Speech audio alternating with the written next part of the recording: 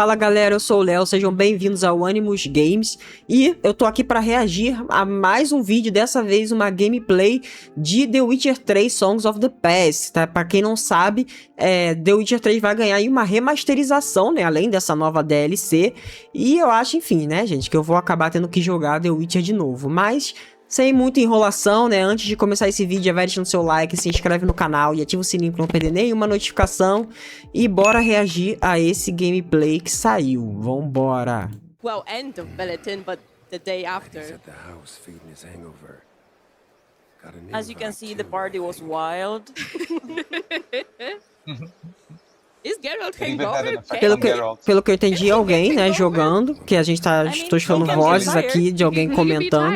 Yeah. But in classic form, you lose a friend on a big night out. That's exactly the It's usually deal. everyone else who gets a hangover. But yeah, we just talked about how important bulletin is, but can we actually go back to like the very basics? So, when and where the story takes place? Eu zerei The Without, Witcher like, big 3 spoilers. duas Without big vezes. spoilers. A primeira vez, o jogo normal, né, com as DLCs também. So, Aí depois, quando teve aquele upgrade, okay. Let's go. eu zerei de novo com as DLCs. E agora vai ter a remasterização, então, se bobear, eu vou zerar pela terceira vez pra ver como é que vai ser. If you go to the Gulf of Praxeda and take the Buina River to the east and take a right on the Nimnar River, on the other southern shore of the Nimnar, you will find this lovely Nossa, place já that luxo. you get to have a beautiful glimpse about. But it's in the north if you want the short, the LDR version. So I guess we can now go to when. So, the events of third expansion unravel after Geralt hoped to retire at Corvo Bianco, but then yet another adventure unveils. So this is what I would share for now. Story, the basic outline has some really great vision elements that we want to cater Tá, então, to, but also essa história se passa, pelo que eu entendi, né? A mulher não quis falar muito. Mas se passa antes do finalzão ali do Blood and Wine, mas já dentro dessa história, né? Meio que assim, ele já tava querendo se aposentar e tal, mas não é depois do final de Blood and Wine, pelo que eu entendi. But in your own pace, if you understand what I'm saying. Gente, mas a imagem tá meio cagada, né? É isso mesmo? Open world activities while you're Bom, acho que é already isso. invested in a greater storyline unfolding.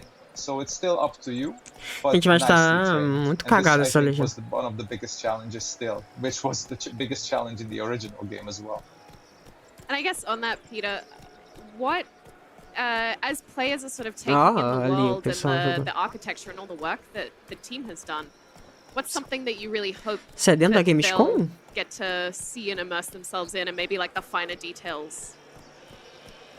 Well, there's going to be a lot of beautiful stuff and a lot of characteristics that you can experience, and they are going to be obvious. But I would like the players to pay attention to the second layer of this whole world, which is the level design intention. I'm speaking towards my department, of course, because there's a lot of goodwill and greatly skilled intention behind every single pebble, every single asset placed.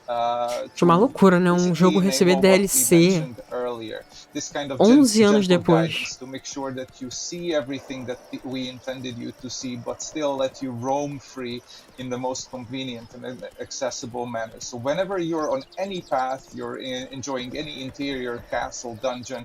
A gente vai tirar essa legenda, tá? Porque puta que pariu. If you have a moment to Porra, tá uma merda. all the good intent, the framing, the composition, the colors, the lighting, do yourself a favor and pay attention to that, because there's a lot of professional skill and effort that went into every square centimeter of this new world. Yeah, I Beleza, think falou pra prestar atenção no mundo. traverse through Latin, Could you tell us more about the inspiration? Because I already see in comments that it looks like Italy, it looks different than what we're used to. So maybe a few words about creation of Latin. Right, so we still wanted to keep Latin é o this nome do lugar, character né? of Latin that is very close to our fond childhood memories of holidays spent at grandma and grandpa in the countryside. So when exploring Latin, when entering Latin, you should feel that from the get-go, right? This is a very calm land, an idyllic land, a rich one, but also mornings are fresh, right? You can see the crisp light traveling. Parece um lugar mais assim de interior, né? And like shining on you through the leaves, and you can actually feel it that it's peaceful. It's there. So it's familiar for the Polish countryside, I would say, but also, as we can see right now, we also took some inspirations from British Isles when it comes to architecture. O pessoal lá tá gritando a beça. Further connection to the lore, to the story of this place, because Dandelion, whose family is the owner. Ei, mas vai ficar andando de cavalo pra sempre? So, as we were looking for something connected with the title, and it has many rooms and corridors, so there is a lot of Sim, vai ser andando de cavalo pra sempre. So far we showed you a little bit of the sunny Latin, but it also has woods. Oh yes. Dark woods. Lots of it, yes. Lots of dark woods. Beleza, tem florestas aí, Talk sombrias. about how you guys approach designing this contrast between super Assim, sunny eu acho que não vai village mostrar and nada then assim, nenhuma dark forest, quest, like nem... fog and all Ele that não tá mystery apresentando o mundo, né, dessa DLC Yeah, this nova. was an exceptionally tricky thing to pull off, and I bet it's the trickiest part of every game that tries to illustrate values through contrast, is how to blend like one extreme into the other extreme. But with clever framing, composition, and distancing and density and encounters and community design and every single component, it's manageable. But you have to be mindful, of course, how you conduct the journey there, how you can end up from one place to another like accidentally, and make sure that the things do not happen like that unless you intend them to happen like that.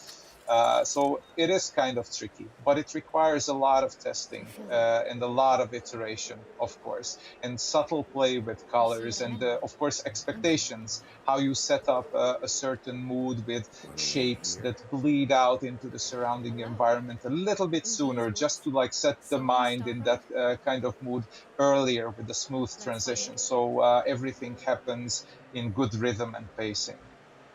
Yeah, beautiful. Find in pretty much furniture. Ó, estão cortando toda a ação. And it keeps the world consistent this way. Yeah, even if you notice, like her chair, there are hops cones behind her, you know. Wow. So many details. Yeah. So many cool details.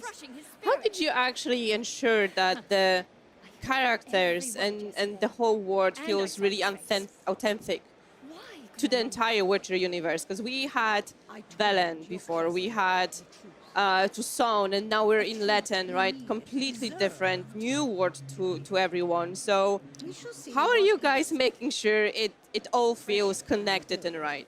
Well, it's obviously hard. Like it's obviously the effect of hard work of many people in many departments collaborating together to make this a reality. We have some returning ones as well, though, that we want to dive into to start with. One of them Opa, is vamos ver combate? Yes. Gente, achei que ia ser só falação. So, as you can see, while we have some gameplay going, we're gonna have a run-in. Well, this is not actually. I mean, this is obviously a variation of an Archispore, right? But as you can see during his attacks, this is not your regular Archispore. Bit different. Yeah, this is something that has been born in the Garden of Thorns, so you know it has to be special. And as you can see, there are like new attack patterns, new VFXs. This is, by the way, you can already see the remaster improvements in VFXs, which are mind-blowing in my opinion. And yeah, so we have this one. That some may remember back from Witcher 1 days, back into the game. Well, you know, as you mentioned, it was already showcased in Witcher 1 trailer ages ago, and it's something that has been popping up since that moment. Ah, será que ele vai mostrar combate com a corrente? Attempts on realizing the chain and Geralt having be able to fight with it. But you know, when the Songs of the Past started development, it just felt like a natural addition that finally we have the moment and capabilities to add it. Mas ela vai funcionar só como um gancho? Happen, like stars had to align, and Ubisoft help was needed as well for preparing the remaster, because there wasn't an option to add the chain before without doing this little tweaks and fixes for the combat itself, because otherwise it would be just too clunky, frustrating, and not really any help. Whereas now, after the changes that Moritz will in a second probably deep dive into, it's a very cool crowd control weapon. Tá, para controle de grupo. And I guess on this, so how does the chain sort of change the flow of combat compared to the use of swords and signs, which we're more used to? Well, it's a weapon that you equip in the same slot as the crossbow, basically, and it kind of reuses some of the mechanics. So as you've seen on the clip out there, you can aim at an enemy. There are some weak spots that appear. We're going to talk about it in a second. But basically, the aiming is similar to the crossbow. Time slows down. You can decide which weak spot you want to target. And then, after you release the chain, you bring the enemy to you. Tá, então dá uma desacelerada o tempo. In the right time window, you're gonna execute a finisher. Like fica devagar over here, pra você poder mirar ali nos pontos. That's my favorite one. But that's not all. Chain is also a very fast weapon, a really good tool for crowd controlling. So if you have like a group of enemies, derruba também. Swarming you, you can basically use the chain to break up the group, bring one up to you, you know, land a few hits, dodge back, use another chain on another one, and keep it rolling. Basically, it's a very fluid and cool weapon. I love it. So chain is essentially a ranged weapon, like you mentioned. It's taking the crossbow spot. So I cannot have both chain and crossbow, correct? Yes, you cannot have them equipped at the same time. So I think I'm gonna go with chain, not crossbow, because I always had issues with crossbow. With the aim, I'm sorry. Bom, acabou aqui, né, esse trecho.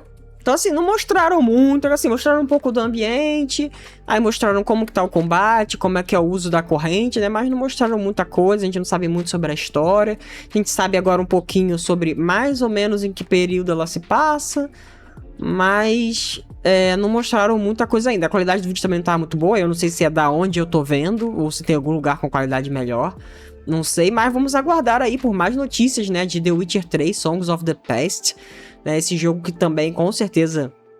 esse jogo não, né? Essa DLC que com certeza vai vender a beça, né? Pra quem tem o The Witcher 3, a remasterização vai ser de graça, então a CD Projekt aí fez a boa pra gente. E antes de terminar esse vídeo, já vai deixando seu like, se inscreve no canal e ativa o sininho pra não perder nenhuma notificação. E me digam aí o que vocês estão achando, qual a expectativa de vocês. Ficaram hypados agora que a CD Projekt RED vai dar essa remasterização de graça? Digam aí nos comentários também o que vocês esperam de Songs of the Past. Eu vou ficando por aqui, até o próximo vídeo. Tchau!